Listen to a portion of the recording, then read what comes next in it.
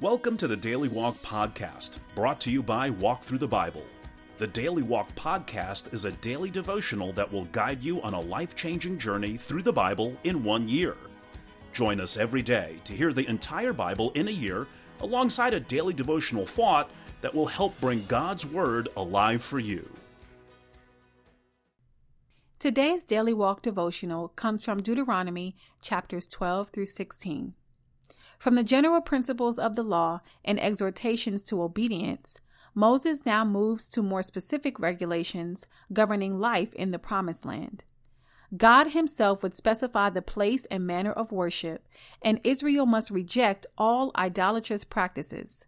Purity, tithing, release from debt, and servanthood are all ways in which Israel can demonstrate her unique relationship with God.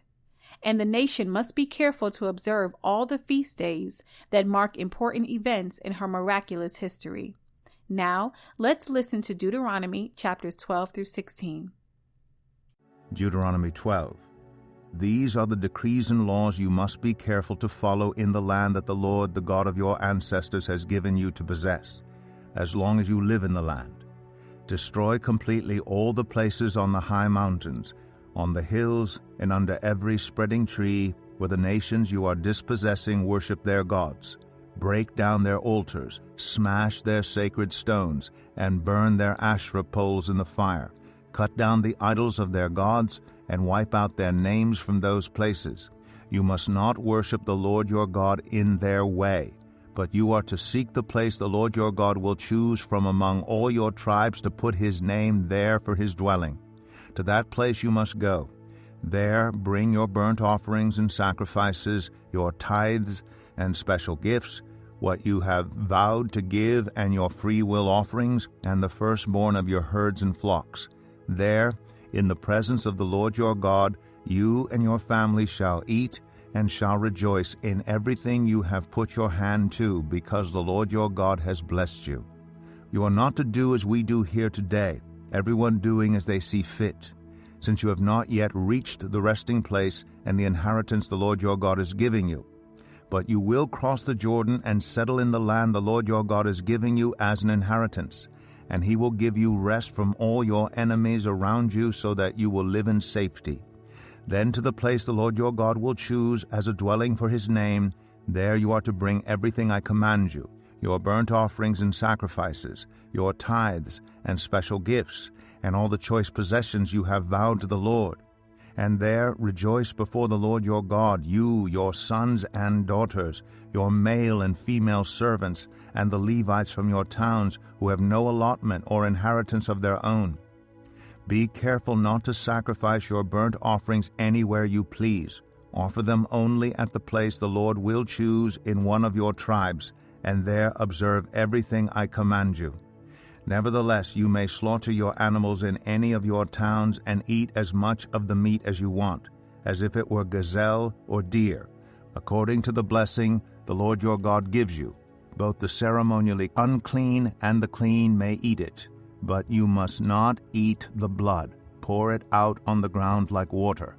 You must not eat in your own towns the tithe of your grain, and new wine and olive oil, or the firstborn of your herds and flocks, or whatever you have vowed to give, or your freewill offerings or special gifts. Instead, you are to eat them in the presence of the Lord your God at the place the Lord your God will choose. You, your sons and daughters, your male and female servants, and the Levites from your towns, and you are to rejoice before the Lord your God in everything you put your hand to. Be careful not to neglect the Levites as long as you live in your land. When the Lord your God has enlarged your territory, as he promised you, and you crave meat and say, I would like some meat, then you may eat as much of it as you want.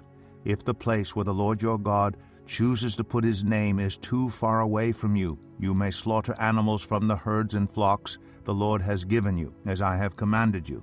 And in your own towns you may eat as much of them as you want. Eat them as you would gazelle or deer. Both the ceremonially unclean and the clean may eat. But be sure you do not eat the blood, because the blood is the life, and you must not eat the life with the meat. You must not eat the blood. Pour it out on the ground like water. Do not eat it. so that it may go well with you and your children after you, because you will be doing what is right in the eyes of the Lord. But take your consecrated things and whatever you have vowed to give, and go to the place the Lord will choose. Present your burnt offerings on the altar of the Lord your God, both the meat and the blood. The blood of your sacrifices must be poured beside the altar of the Lord your God, but you may eat the meat. Be careful to obey all these regulations I am giving you, so that it may always go well with you and your children after you, because you will be doing what is good and right in the eyes of the Lord your God. The Lord your God will cut off before you the nations you are about to invade and dispossess. But when you have driven them out and settled in their land, and after they have been destroyed before you, be careful not to be ensnared by inquiring about their gods, saying, "How do these nations serve their gods? We will do the same." You must not worship the Lord your God in their way, because in worshiping their gods they do all kinds of detestable things the Lord hates. They even burn their sons and daughters in the fire as sacrifices to their gods. See that you do all I command you. Do not add to it or take away from it. Deuteronomy 13. If a prophet or one who foretells by dreams appears among you and announces to you a sign or wonder, and if the sign or wonder spoken of takes place, and the prophet says, "Let us follow other gods, gods you have not known, and let us worship them," you must not listen to the words of that prophet or dreamer. The Lord your God is testing you to find out whether you love him with all your heart and with all your soul. It is the Lord your God you must follow, and him you must revere. Keep his commands and obey him, serve him, and hold fast to him. That prophet or dreamer must be put to death for inciting rebellion against the Lord your God, who brought you out of Egypt and redeemed you from the land of slavery. That prophet or dreamer tried to turn you from the way the Lord your God commanded you to follow. You must purge the evil from among you. If your very own brother or your son or daughter or the wife you love or your closest friend secretly entices you, saying, "Let us go and worship other gods, gods that neither you nor your ancestors have known, gods of the peoples around you, whether near or far, from one end of the land to the other, do not yield to them or listen to them. Show them no pity. Do not spare them or shield them. You must certainly put them to death. Your hand must be the first in putting them to death, and then the hands of all the people. Stone them to death because they tried to turn you away from the Lord your God, who brought you out of Egypt, out of the land of slavery. Then all Israel will hear and be afraid, and no one among you will do such an evil thing again. If you hear it said about one of the towns the Lord your God is giving you to live in, that troublemakers have arisen among you, and have led the people of their own town astray, saying, "Let us go and worship other gods, gods you have not known," then you must inquire, probe, and investigate it thoroughly. And if it is true, and it has been proved, that this detestable thing has been done among you, you must certainly put to the sword all who live in that town. You must destroy it completely, both its people and its livestock. You are to gather all the plunder of the town into the middle of the public square and completely burn the town and all its plunder as a whole burnt offering to the Lord your God. That town is to remain a ruin forever, never to be rebuilt, and none of the condemned things are to be found in your hands. Then the Lord will turn from his fierce anger, will show you mercy, and will have compassion on you. He will increase your numbers, as he promised on oath to your ancestors, because you obey the Lord your God by keeping all his commands that I am giving you today, and doing what is right in his eyes. Deuteronomy 14. You are the children of the Lord your God. Do not cut yourselves or shave the front of your heads for the dead, for you are a people holy to the Lord your God. Out of all the peoples on the face of the earth, the Lord has chosen you to be his treasured possession. Do not eat any detestable thing. These are the animals you may eat: the ox, the sheep, the goat, the deer, the gazelle, the roe deer, the wild goat, the ibex, the antelope, and the mountain sheep. You may eat any animal that has a divided hoof, and that chews the cud. However, of those that chew the cud or that have a divided hoof, you may not eat the camel, the rabbit, or the hyrax. Although they chew the cud, they do not have a divided hoof. They are ceremonially unclean for you. The pig is also unclean. Although it has a divided hoof, it does not chew the cud. You are not to eat their meat or touch their carcasses. Of all the creatures living in the water, you may eat any that has fins and scales. But anything that does not have fins and scales you may not eat. For you it is unclean. You may eat any clean bird, but these you may not eat: the eagle, the vulture, the black vulture, the red kite, the black kite, any kind of falcon, any kind of raven, the horned owl, the screech owl, the gull, any kind of hawk, the little owl, the great owl, the white owl, the desert owl, the osprey, the cormorant, the stork, any kind of heron, the hoopoe, and the bat.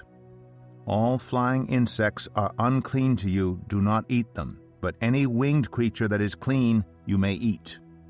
Do not eat anything you find already dead. You may give it to the foreigner residing in any of your towns, and they may eat it, or you may sell it to any other foreigner. But you are a people holy to the Lord your God. Do not cook a young goat in its mother's milk. Be sure to set aside 1/10 of all that your fields produce each year. Eat the tithe of your grain, new wine, and olive oil, and the firstborn of your herds and flocks in the presence of the Lord your God at the place he will choose as a dwelling for his name, so that you may learn to revere the Lord your God always.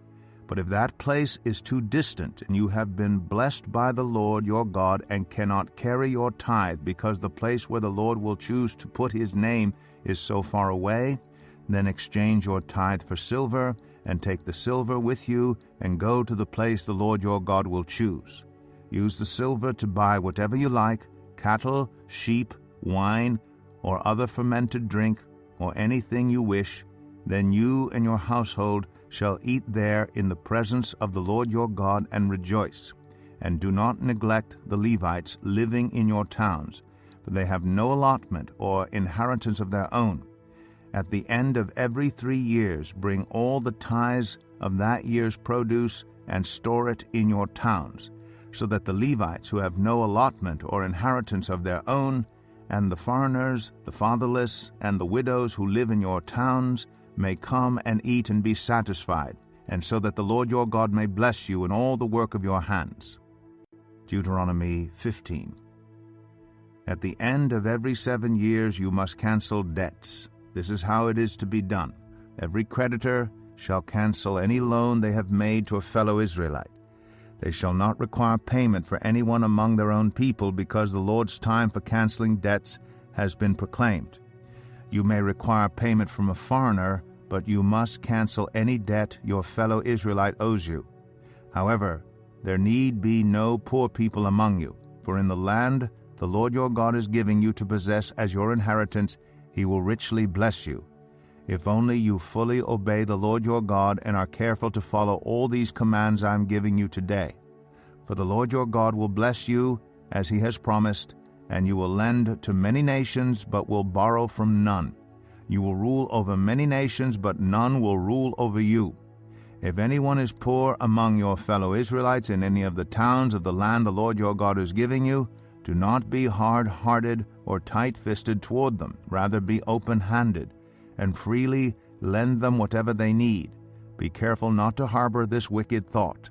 The 7th year, the year of canceling debts, is near, so that you do not show ill will toward the needy among your fellow Israelites and give them nothing. They may then appeal to the Lord against you, and you will be found guilty of sin. Give generously to them, and do so without a grudging heart. Then because of this the Lord your God will bless you in all your work and in everything you put your hand to. There will always be poor people in the land. Therefore I command you to be open-handed toward your fellow Israelites who are poor and needy in your land. If any of your people, Hebrew men or women, sell themselves to you and serve you 6 years, in the 7th year you must let them go free.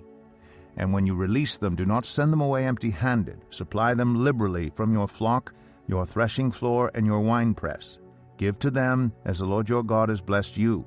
Remember that you were slaves in Egypt, and the Lord your God redeemed you. That is why I give you this command today. But if your servant says to you, I do not want to leave you, because he loves you and your family and is well off with you, then take an awl and push it through his earlobe into the door, and he will become your servant for life. Do the same for your female servant. Do not consider it a hardship to set your servant free, because their service to you these 6 years has been worth twice as much as that of a hired hand. And the Lord your God will bless you in everything you do. Set apart for the Lord your God every firstborn male of your herds and flocks. Do not put the firstborn of your cows to work, and do not shear the firstborn of your sheep. Each year you and your family are to eat them in the presence of the Lord your God at the place he will choose. If an animal has a defect, is lame or blind, or has any serious flaw, you must not sacrifice it to the Lord your God. You are to eat it in your own towns. Both the ceremonially unclean and the clean may eat it, as if it were gazelle or deer. But you must not eat the blood. Pour it out on the ground like water. Deuteronomy 16. Observe the month of Aviv, and celebrate the Passover of the Lord your God, because in the month of Aviv he brought you out of Egypt by night. Sacrifice as the Passover to the Lord your God an animal from your flock or herd at the place the Lord will choose as a dwelling for his name. Do not eat it with bread made with yeast, but for 7 days eat unleavened bread, the bread of affliction, because you left Egypt in haste, so that all the days of your life you may remember the time of your departure from Egypt. Let no yeast be found in your possession in all your land for 7 days. Do not let any of the meat you sacrifice on the evening of the first day remain until morning. You must not sacrifice the Passover in any town the Lord your God gives you, except in the place he will choose as a dwelling for his name. There you must sacrifice the Passover in the evening when the sun goes down, on the anniversary of your departure from Egypt. Roast it and eat it at the place the Lord your God will choose. Then in the morning return to your tents. For 6 days eat unleavened bread, and on the 7th day hold an assembly to the Lord your God, and do no work. Count off 7 weeks from the time you begin to put the sickle to the standing grain. Then celebrate the festival of weeks to the Lord your God by giving a freewill offering in proportion to the blessings the Lord your God has given you. And rejoice before the Lord your God at the place he will choose as a dwelling for his name. You, your sons and daughters, your male and female servants, the Levites in your towns, and the foreigners, the fatherless, and the widows living among you. Remember that you were slaves in Egypt, and follow carefully these decrees. Celebrate the festival of tabernacles for 7 days. After you have gathered the produce of your threshing floor and your winepress, be joyful at your festival, you, your sons and daughters, your male and female servants, and the Levites, the foreigners, the fatherless, and the widows who live in your towns. For 7 days celebrate the festival to the Lord your God at the place the Lord will choose. For the Lord your God will bless you in all your harvest and in all the work of your hands, and your joy will be complete. 3 times a year all your men must appear before the Lord your God at the place he will choose, at the festival of unleavened bread, the festival of weeks, and the festival of tabernacles. No one should appear before the Lord empty-handed. Each of you must bring a gift in proportion to the way the Lord your God has blessed you.